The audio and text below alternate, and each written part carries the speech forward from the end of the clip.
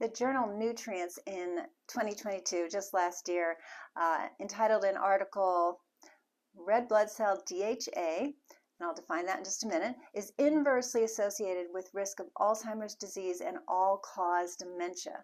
So this is pretty exciting because you're looking at a nutrient. DHA is one of the omega-3 fatty acids.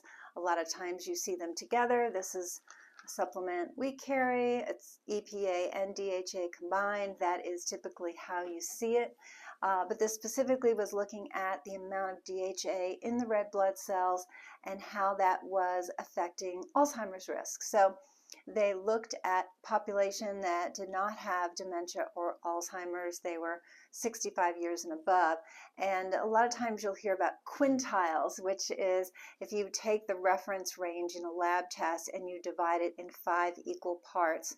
They'll talk about the upper quintile and the lower quintile. So it's simply taking that reference range and dividing it into equal fifths. And what they found is that people who on average fell in that upper quintile of the amount of DHA in their red blood cells were at about half the risk of developing Alzheimer's and all-cause dementia as well as compared to those in the lower quintile. So they estimated the savings was about close to 5 years of life with no dementia, no Alzheimer's, and so quite significant with this supplement that we know to be very helpful for heart health as well as brain health.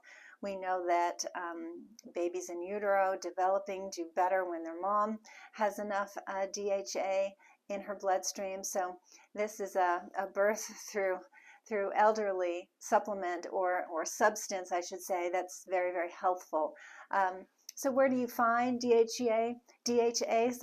It's in cold water fish, fatty fish, like salmon that we all know. Then the smaller fish, mackerel, sardines, and herring.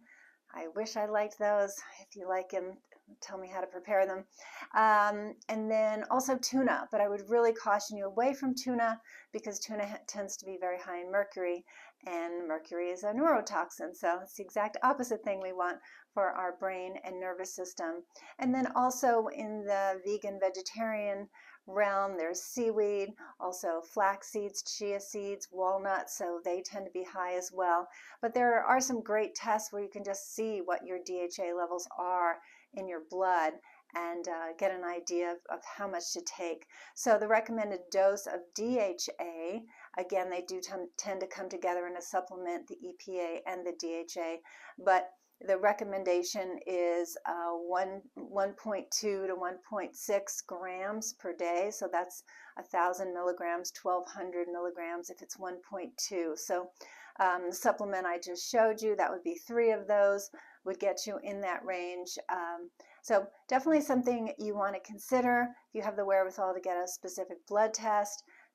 Very good idea to raise your DHA levels and have them in that nice robust end of the quintiles, right at the top of the reference range, to protect you in a very, very meaningful way, protect your brain in a very meaningful way to prevent Alzheimer's and any cause of dementia. So I hope you found that helpful. If you are starting to feel like you're having brain fog, memory issues, we are highly trained here at Root Cause in Dr. Bredesen's method. He wrote the book, The End of Alzheimer's, so there's more than just DHA, but that's a great place to start. But if you feel like you're struggling a bit with this, the beauty of that research found that within the first decade of being diagnosed, so not just, gee, I wonder, I'm at a little bit of a loss for words, I'm having some memory issues, but an official diagnosis, you have a decade. That's the window in which the research showed it was reversible. So pretty exciting. Doesn't mean you're stuck with it. So reach out. I'll see you soon.